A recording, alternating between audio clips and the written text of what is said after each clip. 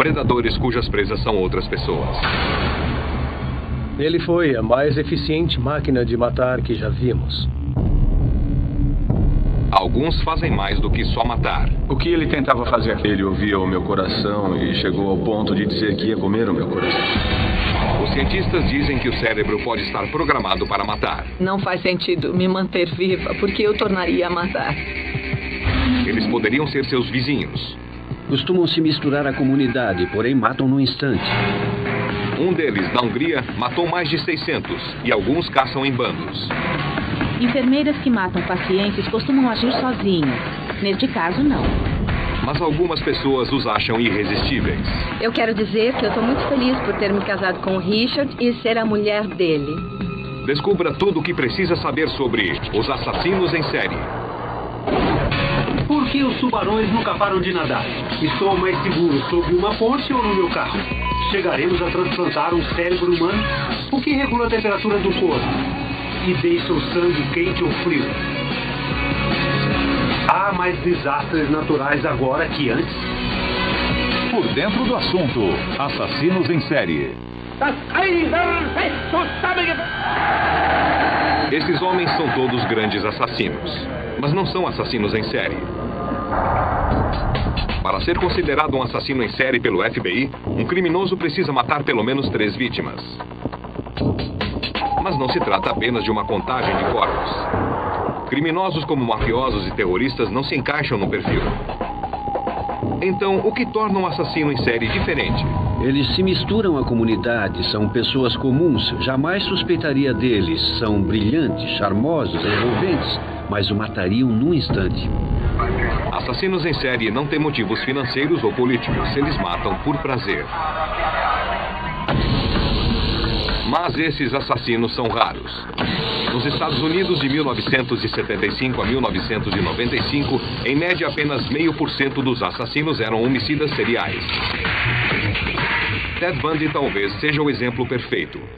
Um modelo do banco de dados policiais. Seus crimes exibem muitas características típicas de um assassino serial. Ele foi a mais eficiente máquina de matar que já vi entre os assassinos seriais que já estudei. Tornou-se um padrão para avaliar outros da mesma categoria. Eis como sua carreira criminosa começou. Logo após a meia-noite do dia 4 de janeiro de 1974, ele entrou no quarto de Johnny Lenz, uma estudante de 18 anos da Universidade de Washington, e a golpeou com um pé de cabra enquanto ela dormia. Nos 6 meses seguintes, ele rastreou e matou mais 7 universitárias no estado de Washington. Mas não foi uma onda assassina. Entre os crimes, ele tinha um comportamento social. Um estado aparentemente normal chamado a máscara da sanidade. Ele tinha formação universitária e trabalhava em campanhas políticas locais. Esse alter ego era tão cativante que, em seu julgamento, ele se tornou um astro da mídia. É minha chance de falar com a imprensa. Contraria a seção 78204 das leis da Flórida. Eu vou alegar inocência agora. Até o juiz foi conquistado. É um rapaz inteligente. Teria sido um bom advogado. Adoraria vê-lo atuar, mas você preferiu seguir outro caminho. Bundy era o que o FBI chama de assassino organizado.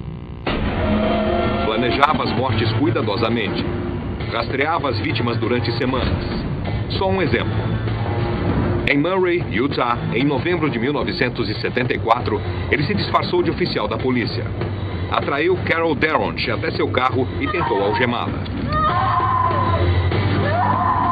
Ela fugiu. Porém, muitas outras sucumbiram ao seu charme. Ele fingia estar com o braço ou a perna quebrada para convencer as jovens a ajudá-lo e assim poder aprisioná-las e matá-las. Ele investigava as vítimas durante semanas antes de se aproximar. Invadia seus apartamentos ou carros, ele as pesquisava para poder fazer a melhor abordagem possível e seduzi-las, de modo a fazer o que quisesse com elas e matá-las. Sua fria precisão calculista é típica de assassinos em série. John Wayne Gacy era um negociante bem-sucedido. Dava festas para os vizinhos e se vestia de palhaço para entreter crianças em hospitais locais. Ninguém podia imaginar que havia matado mais de 30 rapazes.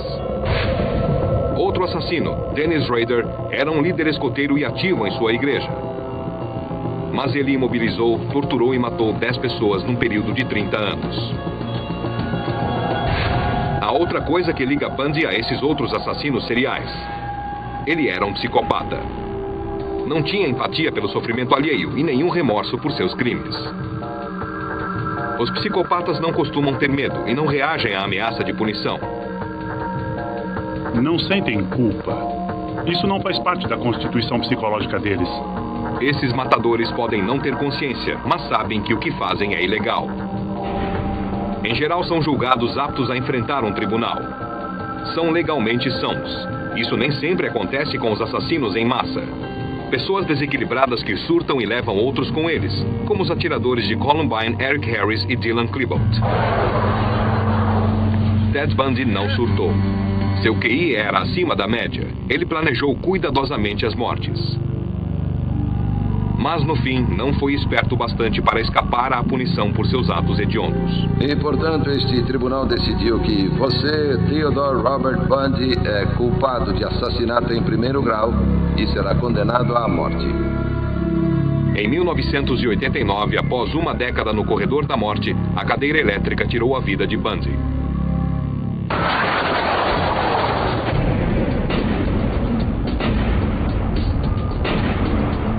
Como se captura um assassino serial? É preciso pensar como um one-sub, termo do FBI para sujeito desconhecido. O perfil criminal visa descobrir que tipo de pessoa cometeria esse crime. Não exatamente a pessoa que o cometeu, mas que tipo de pessoa. Esses investigadores ultrapassam a linha entre a aplicação da lei e a psicologia. Quando olham uma evidência, esperam pensar ou concluir como o assassino. Essa investigação, ou análise criminal, como o FBI a chama, tem alguns estágios cruciais. Analisar a vítima revela algo sobre o matador, em especial quando há um padrão. As jovens universitárias morenas assassinadas por Ted Bundy. Os fugitivos e prostitutas mortas por Gary Ridgway. Esses homens têm uma habilidade inata para identificar mulheres vulneráveis, mulheres ingênuas, mulheres com pouca experiência de vida ou baixa autoestima. O estado da cena do crime talvez seja a maior pista na elaboração do retrato de um assassino serial. Quem era a vítima? Como ocorreu o crime? Quais os esforços para se livrar do corpo? Essas decisões tomadas pelo assassino ajudam o investigador a determinar o tipo de pessoa responsável. Uma pessoa impulsiva age sem pensar. A cena desse crime pode estar muito descuidada. Por outro lado, se a pessoa for fria e calculista, esse tipo de comportamento também aparece na cena do crime. Os investigadores aprendem a pensar como criminoso. Em geral, são homens brancos, muitas vezes com uma mãe ou figura feminina dominante, pai ausente. E à medida que desenvolvem essas personalidades inadequadas, eles sofrem um certo desvio psicológico, digamos assim, e começam a agir entre os 25 e 29 anos. Mas não é fácil penetrar na mente desses assassinos. Um desses assassinos me disse: "Você vai correr quando está estressado, Dr. Rick. Eu mato alguém quando estou estressado. Me sinto muito melhor."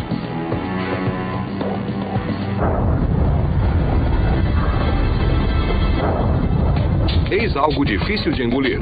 Algumas pessoas ganham a vida vendendo objetos relativos a assassinos seriais. Isso se chama murderabilia em inglês. Eis algumas figurinhas de assassinos, gibis, bonecos maleáveis, até um jogo sobre o tema vendido num saco de cadáver. Às vezes, os próprios criminosos participam desse mercado mórbido. John Wayne Gacy ganhou mais de $100 mil com suas pinturas feitas na prisão. A mais famosa delas o mostrava como Pogo, o palhaço. Pogo, o palhaço, apareceu em capas de discos e CDs e se tornou a sua marca registrada. Uma das minhas peças favoritas e uma das mais exclusivas da coleção é uma pintura que ele mandou de presente para o meu filho. Sua execução só aumentou o valor da sua arte. Mas os familiares de 9 das suas vítimas reagiram. compraram 25 de suas pinturas e as queimaram. Nós demos a essas pessoas uma espécie de status cult, onde provavelmente todo mundo neste país sabe quem é Jeffrey Dahmer, John Gacy e Ted Bundy. Mas duvido que alguém, qualquer um, saiba o nome de uma de suas vítimas. Os governos estaduais também estão agindo. Mais de 40 estados aprovaram leis considerando ilegal que os assassinos lucrem com seus crimes. A nossa mídia os tornou bem inteligentes, sexys e espertos de tal forma que parecem glamurosos. Mas muito poucos assassinos seriais são desse jeito. Mas a venda indireta desses objetos ainda é permitida na maioria dos estados. Muitas pessoas acham que os Estados Unidos são a capital mundial dos assassinos seriais. Mas alguns desses assassinos mais prolíficos da história não são americanos. Eis 3 dos piores. Há o Monstro dos Andes. Nascido na Colômbia em 1949, Pedro Alonso López alegou ter matado mais de 300 garotas na Colômbia, no Equador e no Peru. López foi preso em 1980, mas libertado pelo governo equatoriano que o deportou para a Colômbia. Seu paradeiro atual é desconhecido. Também há o Doutor Morte. Numa cidade tranquila, no norte da Inglaterra, o Dr. Harold Shipman matou mais de 200 de suas pacientes num período de 20 anos, que começou em 1975. Ele injetava doses letais de morfina em suas pacientes idosas. Depois, falsificava as fichas médicas para fazer parecer que estavam debilitadas e morreram de causas naturais. Sua trajetória acabou em 1998, quando tentou forjar o testamento da vítima Kathleen Grundy para roubar $500 mil. Ele se enforcou na cela em janeiro de 2004. E por fim temos a Condessa Vampira. Sim, é verdade. O pior assassino serial da história foi uma mulher. Erzsébet Báthory foi uma aristocrata húngara do século XVI. Ela só foi acusada de 80 assassinatos, mas segundo rumores, matou cerca de 650 mulheres. Ela atacava camponesas, mordendo sua carne enquanto as torturava até a morte. Ela também bebia e se banhava em seu sangue. Ninguém ousava prender uma condessa, mas isso mudou quando começou a matar garotas nobres. Ela morreu em 1614 após 3 anos e meio de prisão. Alguns assassinos fazem mais do que beber o sangue de suas vítimas. Eles comem sua carne. No dia 22 de julho de 1991, Tracy Edwards fugiu correndo de um prédio em Milwaukee. Havia acabado de escapar da casa de Jeffrey Dahmer. Quando a polícia investigou o apartamento mal cheiroso, achou partes de corpos em potes com formol, carne humana no freezer e uma cabeça decepada no refrigerador. Depois, Tracy Edwards deu ao tribunal um resumo horrível da maneira de agir de Dahmer. O que achou que ele fazia com a cabeça? Ele ouvia o meu coração e chegou ao ponto de dizer que ia comer o meu coração. Necrofilia, adoração satânica e canibalismo faziam parte do ritual grotesco. Mas Dahmer com certeza não é o único canibal em série. Arthur Shawcross matou 2 crianças em 1972. Foi preso e libertado 15 anos depois. Ele se mudou para Rochester, em Nova York, e nos 2 anos seguintes matou 11 mulheres. Ele alega ter comido partes de 3 de suas vítimas. Eu cortei partes do corpo e as consumi. Por que eu não sei. O canibal Andrei Chikatilo, conhecido como estripador de Rostov, matou pelo menos 53. Em 1931, durante a fome ucraniana, seu irmão Stefan desapareceu, supostamente raptado e comido por vizinhos esfomeados. Ele atribuiu seu apetite por carne humana a essa experiência na infância. Esses canibais têm uma coisa em comum. Foram todos presos. Mas ainda há um à solta. Issei Sagawa confessou ter matado e comido um estudante holandês em Paris em 1981. Eu levei o corpo para o banheiro e comecei a cortar. Eu escolhi um pequeno garfo e tentei espetar, mas não consegui. Então eu peguei uma faca grande e enfiei. As autoridades francesas confinaram Sagawa num hospital para criminosos insanos. Os franceses acabaram deportando Sagawa para o Japão. Ele ficou num hospital psiquiátrico por apenas 1 ano, quando os médicos o declararam curado e lhe deram alta. Ele se tornou uma celebridade cultuada no Japão e alega que não voltará a matar. Algumas pessoas odeiam que eu apareça em público. Dizem que eu sou um canibal, um assassino. Às vezes eu me pergunto por que eu estou vivo. Eu deveria estar morto. Criação. Natureza. O que gera esses monstros? Eles nascem ou se tornam assim? Ao lidar com assassinos em série, o fator sociológico relevante são os maus tratos sofridos na infância. Um estudo do FBI sobre 36 predadores sexuais e assassinos seriais condenados revelou algumas estatísticas perturbadoras sobre suas infâncias. 74% relataram abuso psicológico, 42% foram abusados fisicamente e 43% foram abusados sexualmente. Mais de 50% tiveram pais com históricos de doenças mentais ou fichas criminosas. Por exemplo, quando o assassino serial Edmund Kemper tinha 8 anos, sua mãe, mentalmente desequilibrada, o mantinha trancado no porão.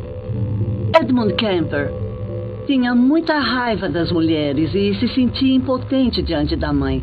Ele queria se vingar da mãe e também queria controlar as outras mulheres. 17 anos depois, a mãe de Kemper se tornou uma de suas últimas vítimas. Eu decepei sua cabeça e depois degradei seu cadáver. É isso. 6 garotas mortas devido à forma como criou seu filho e à forma como seu filho foi criado. A mãe de Henry Lee Lucas o espancava e o obrigava a vê-la se prostituir em sua pequena cabana. Ela também o mandava à escola vestido de menina. Anos depois, ele matou 11 pessoas. O pai alcoólatra de John Wayne Gacy o espancava selvagemente e o ridicularizava chamando-o de homossexual. Embora Gacy tenha se casado 2 vezes e tido 2 filhos, ele torturou, violentou e matou 33 rapazes. A maioria das vítimas de abuso infantil não se torna um assassino serial. Porém, as evidências mostram que isso pode ajudar a criar um assassino. A maioria das pessoas acha que os assassinos seriais são todos homens brancos, mas isso está errado. Deem uma olhada na assassina serial Aileen Wuornos. Ela se virava com dificuldades como prostituta de beira de estrada na Flórida. Em 1989, as pessoas começaram a achar cadáveres masculinos no mato ao lado das rodovias. Também acharam carros abandonados, manchados de sangue, às vezes no outro lado do estado. Balas de uma arma de calibre 22 mataram todas as 7 vítimas. Mas, como todos os assassinos, ela deixou pistas. O analista da perícia examinou o apoio de braço do lado do motorista e o removeu. Ao remover o apoio, ele percebeu que algo parecia ser uma impressão de mão ensanguentada. As impressões nos carros combinavam com as obtidas no Centro Nacional de Dados sobre Informações Criminais. Wuornos já tinha uma longa ficha criminal por prostituição e assalto. Ela alegou que atirou nos homens para se defender após eles tentarem violentá-la. Mas o padrão da matança sistemática era claro demais para os jurados ignorarem. Ao receber a sentença, ela revelou a profundeza de seu ódio. Não faz sentido me manter viva porque eu tornaria a matar. Eu tenho muita raiva, muito ódio dentro de mim contra este mundo. Em outubro de 2002, uma injeção letal matou Aileen Wuornos. Mas será possível que seu destino tenha sido decidido nos primeiros momentos de sua vida? O psicólogo Adrian Rains estudou as mentes de assassinos. Com certeza há um embasamento cerebral para o comportamento criminoso e violento. O cérebro de indivíduos psicopatas e violentos é bem diferente do nosso. É diferente em termos de funcionamento e até mesmo fisicamente. A neuroimagem mostrou que os criminosos violentos têm menos 11% de células cerebrais em seu córtex pré-frontal. Essa é a parte do cérebro responsável pela empatia, senso de humor e personalidade. Danos significativos ao córtex pré-frontal poderiam criar uma pessoa que torturaria e mataria sem remorso. Não atire! Inúmeros assassinos seriais têm uma história de lesão cerebral. Eileen Wuornos pode ter sofrido lesão cerebral durante sua apresentação pélvica. E quando adolescente, Arthur Shawcross sofreu graves lesões na cabeça. Aos 18 anos, fui atingido aqui por uma marreta. Esta marca resultou de uma discussão no colégio. Mas Shawcross também tinha um cromossomo Y extra. Algo mais encontrado em criminosos violentos que na população em geral. E os médicos também notaram que alguns assassinos seriais têm batimentos cardíacos baixos em descanso e baixos níveis de alerta. Esses distúrbios podem alimentar uma necessidade de estímulo extremo.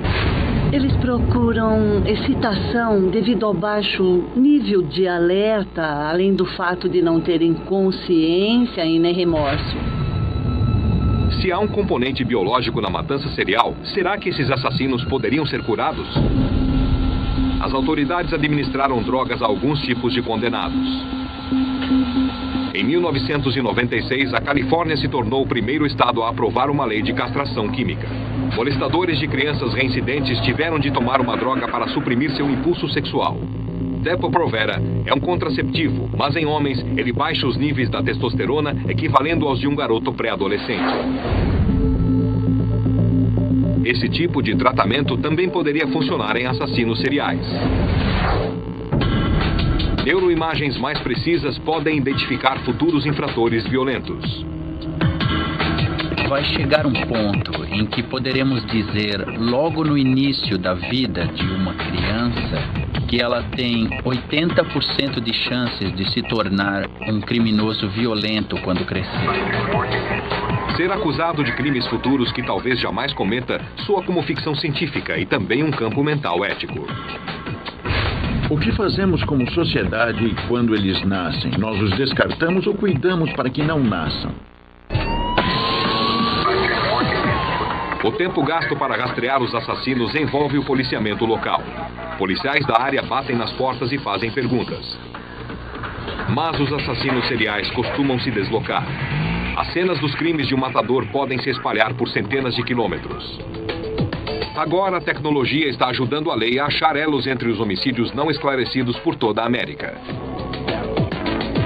O programa de prisões de criminosos violentos do FBI, chamado VICAP em inglês, é um banco nacional de dados que busca semelhanças entre mortes aparentemente sem conexão.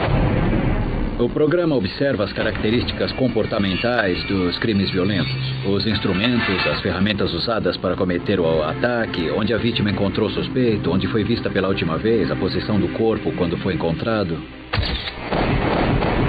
A ideia do programa remonta a 1956 em Los Angeles. 3 mulheres foram mortas após posarem sugestivamente para capas de revistas de crimes. O detetive Pierce Brooks prendeu um fotógrafo desonesto chamado Harvey Glattman. Brooks havia pego o culpado, mas decidiu não encerrar o caso. Estava convencido de que Harvey Glattman havia cometido crimes em outros locais dos Estados Unidos, e a lei desconhecia esses fatos. Ele foi à biblioteca, pesquisou os jornais atrás de outros crimes cometidos por Harvey Glattman.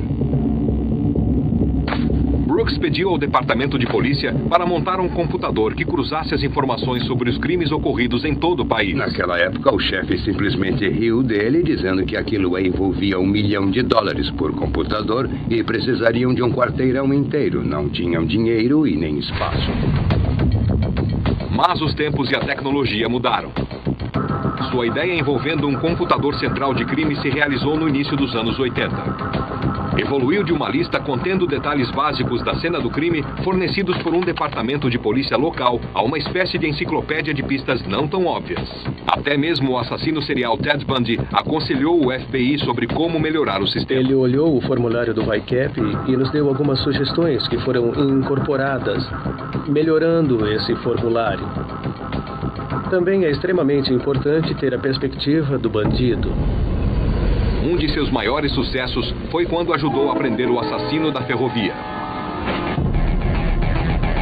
Em 1999, os investigadores do VICAP acharam conexões entre 9 assassinatos ocorridos em 3 estados. Todos os ataques ocorreram perto dos trilhos de ferrovias. A polícia local de cada região não fazia ideia sobre os outros crimes não solucionados, até que o VICAP corrigiu essa falha na comunicação. Com as jurisdições diferentes agora dialogando, eles descobriram mais similaridades. Em cada um dos casos, o criminoso golpeou a vítima com um objeto achado na cena do crime. O assassino também violentava as mulheres e roubava pequenos objetos de valor. Porém, o mais importante é que foram impressões digitais que ligaram um homem a 3 dos crimes. Quando vimos a semelhança, percebemos que tínhamos casos no Texas e casos em Kentucky. Era um passageiro da ferrovia e, obviamente, cruzava o país. Então, nós começamos a procurar. Mais de 200 agentes saíram atrás do assassino da ferrovia. A investigação chegou às manchetes e começaram a surgir mais pistas. As autoridades se concentraram em Ángel Reséndez, um imigrante ilegal do México com uma longa história de crimes cometidos nos 2 lados da fronteira. O FBI o colocou na lista dos 10 mais procurados. Também o vinculou a outros 200 crimes no México. A família de Reséndez o convenceu a confessar e a se entregar às autoridades dos Estados Unidos. Não se sabe quantas pessoas ele matou, mas graças ao VICAP, a matança terminou. Um tribunal do Texas o condenou à morte por injeção letal. A lei nem sempre precisa de tecnologia para capturar assassinos. Quanto mais matam, maiores são as chances de cometerem erros. Uma das razões pelas quais esses assassinos são pegos é o que chamo de fator ambição. Sentem-se confortáveis com o que fazem e acham que a polícia é idiota, que jamais serão pegos. Continuam cometendo crimes quando, na verdade, a polícia já se concentrou neles. E cometem mais um. Nem sempre há uma falha clássica na cena do crime que leva a polícia ao assassino serial. Às vezes é algo tão mundano quanto uma infração de trânsito. O filho de Sam, David Berkowitz, matador que aterrorizou os nova-iorquinos no final dos anos 70, matou 6 pessoas, até que uma multa de trânsito levou à sua prisão. No dia 31 de julho de 1977, ele estacionou seu carro em frente a um hidrante, antes de atirar na cabeça de Stacy Moskowitz e Bob Violante. Ao retornar ao carro, ele rasgou a multa e ficou parado tempo suficiente para uma testemunha poder fazer uma descrição detalhada. Até mesmo um dos mais astutos assassinos seriais, Ted Bundy, foi preso por um policial de rua atento. O patrulheiro viu Bundy dirigindo seu carro favorito, um Volkswagen roubado. Ele escolhia esses carros porque podia remover o assento do passageiro e ter mais espaço para raptar e dominar as vítimas. O policial de Pensacola, na Flórida, viu a placa do carro roubado e teve início a jornada sem volta de Bundy até a cadeira elétrica. Outros assassinos seriais cometeram erros mais tolos. O assassino do facão, Juan Corona, poderia escapar impune da morte de 25 homens, mas deixou recibos com sua assinatura em algumas covas. O assassino britânico Dennis Nilsen deve sua prisão aos seus métodos cruéis de descarte. Ele matou 12 rapazes, esquartejou os corpos e tentou usar o vaso sanitário para se livrar de alguns órgãos. Isso entupiu o encanamento de todo o prédio. O encanador avisou a polícia quando achou partes de corpos no esgoto, e Nilsen foi logo preso. O assassino Dennis Rader levou a arte de ser preso a um nível inteiramente novo.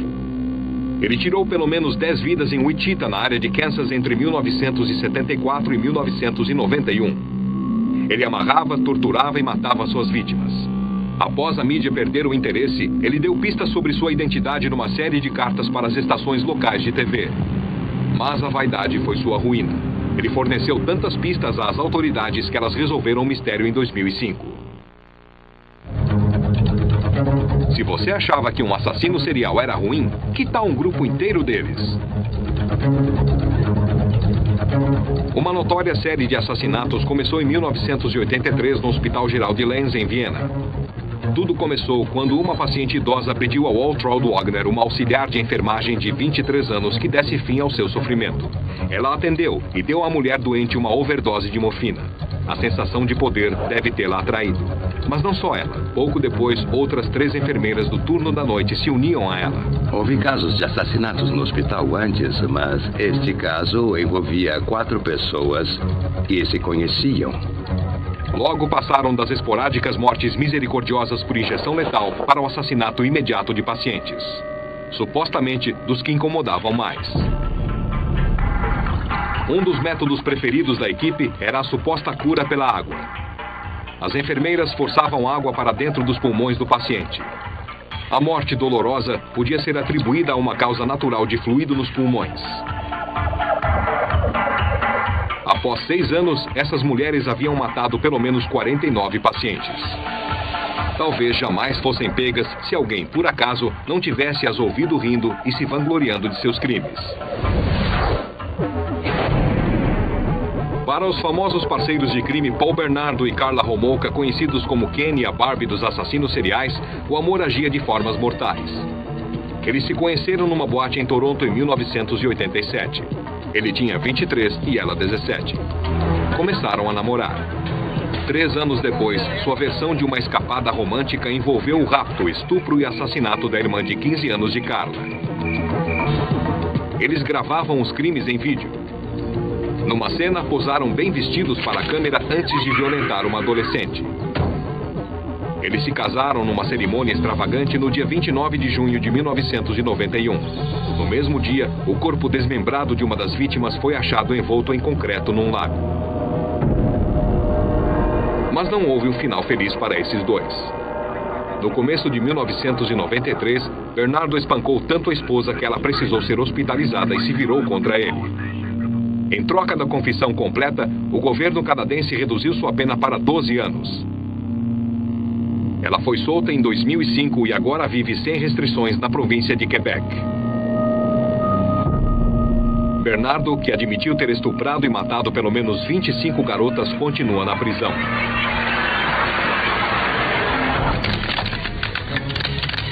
A maioria das pessoas sente repulsa pelos assassinos seriais e seus crimes. Mas algumas sentem atração por eles e até se apaixonam. Algumas são cultas, algumas são bonitas, algumas são mães, são esposas. Não parecem ter nenhum motivo especial para se envolver com assassinos seriais.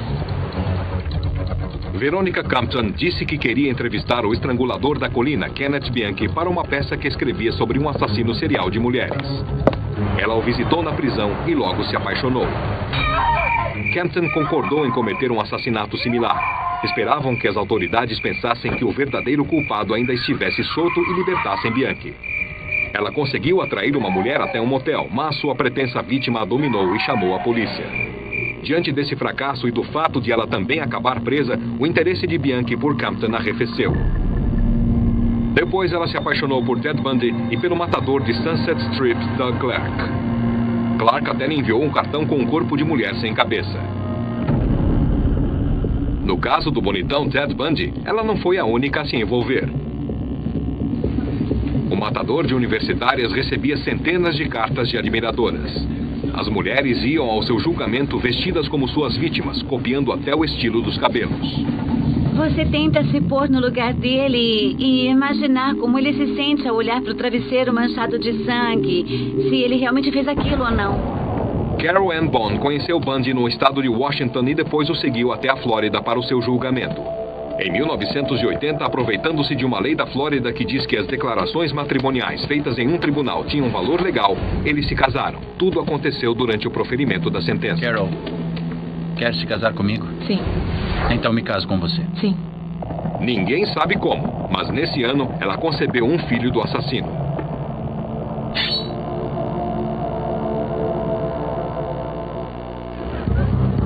Também houve uma competição feroz pela afeição do rastreador noturno Richard Ramirez. Tão feroz que, apesar de sua condenação em 43 condados, inclusive 13 assassinatos medonhos e 11 ataques sexuais, ele logo ficou conhecido como o Romeu do Corredor da Morte. Algumas gostam da ideia de um assassino serial porque ele é um macho alfa. Algumas querem se tornar suas confidentes. Outras refletem traumas causados por um pai abusivo e violento. De todas as mulheres que o visitaram e escreveram cartas, inclusive uma jurada que votou pela pena de morte, foi a editora freelance de uma revista, Doreen Lioy, que levou a melhor. Em 1998, Ramirez a pediu em casamento.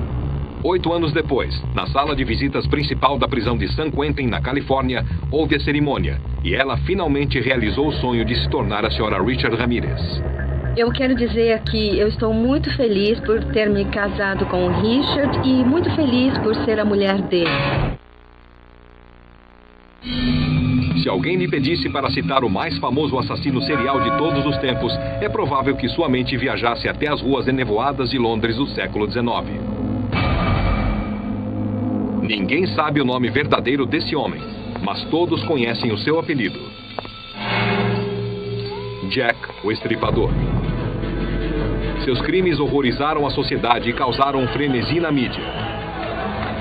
Jack, o Estripador, matou pelo menos 5 prostitutas nas ruas do sórdido East End de Londres. Ele nunca foi pego. Mais de um século depois, os investigadores ainda lutam para identificá-lo. E principalmente devido aos locais onde cometeu 4 dos 5 crimes. Eram locais externos. Foram nas ruas ou num quintal. Um crime de alto risco. Em outras palavras, quem quer que fosse, era quase alheio ao risco. Minutos após matar sua terceira vítima, ele retalhou a quarta numa praça pública que era patrulhada pela polícia a cada 15 minutos. Hoje, os investigadores do FBI rotulariam Jack, o Estripador, como um matador desorganizado. Ele era imprevisível, talvez até psicótico. Não tentava ocultar as evidências, mutilando os corpos num frenesi. Ele também gostava de se vangloriar em cartas enviadas à polícia e à mídia. Foi nessas cartas que o assassino atribuiu a si mesmo o apelido famoso. Uma delas, a famosa Carta do Inferno, continha um pedaço de rim humano. A mídia do século XIX nunca tinha visto nada assim. Jornais do mundo todo, cerca de 300 jornais, cobriam Jack o Estripador. O caso do Estripador ainda é o maior mistério criminoso da história. Os suspeitos incluem todos, desde os membros da família real até uma Jill, a estripadora. Não creio que um dia alguém venha a saber quem foi Jack o Estripador, mesmo que surjam evidências nos dando uma boa indicação de quem era. A maioria das pessoas não quer que o mistério seja solucionado.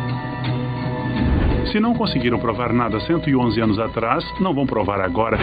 Isso não impede os turistas que pagam até $53 para refazer os passos através do East End de Londres. Mas Jack, o Estripador, não é o único que escapou impune desses assassinatos. Segundo as estimativas do FBI, há entre 35 e 50 assassinos seriais à solta nos Estados Unidos hoje.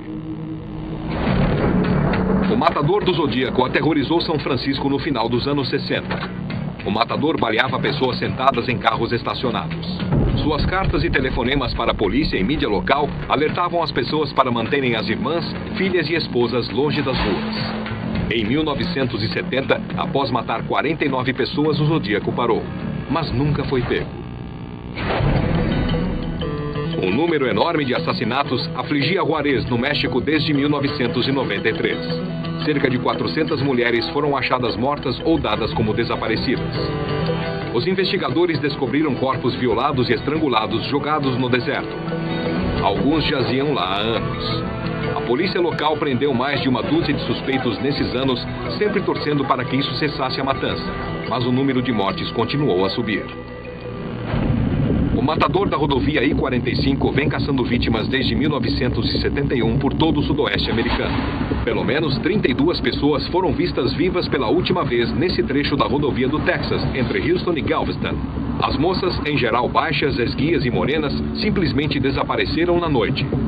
O último assassinato ocorreu em 1999, mas a polícia acredita que o matador pode voltar a atacar. A verdade apavorante é que no mundo todo há muito mais assassinos seriais ainda à solta. Há países que nem mesmo admitem a possibilidade de ter um assassino serial. Então é muito difícil saber quantos assassinos seriais existem por aí. Eles são muito bons. Eles mentem e você acredita em tudo que eles dizem. São farsantes e ardilosos. E estão vivendo entre nós. Assassinos em série. Eis alguns fatos sobre eles para impressionar os fãs do gênero. Se acha que é fácil identificar um assassino serial, lembre-se de que Ted Bundy trabalhou numa campanha política. John Wayne Gacy atuava como palhaço em festas infantis e Dennis Rader era um líder de escoteiros. Consta que o assassino serial mais prolífico da história foi uma condessa húngara do século XVI, que bebia e se banhava no sangue das vítimas. Há mais chance de você ser atingido por um raio 2 vezes do que ser morto por um assassino serial. E, finalmente, no futuro, as autoridades poderão identificar os assassinos seriais antes que cometam um crime, graças à avançada tecnologia da neuroimagem. Versão brasileira, DPN Santos.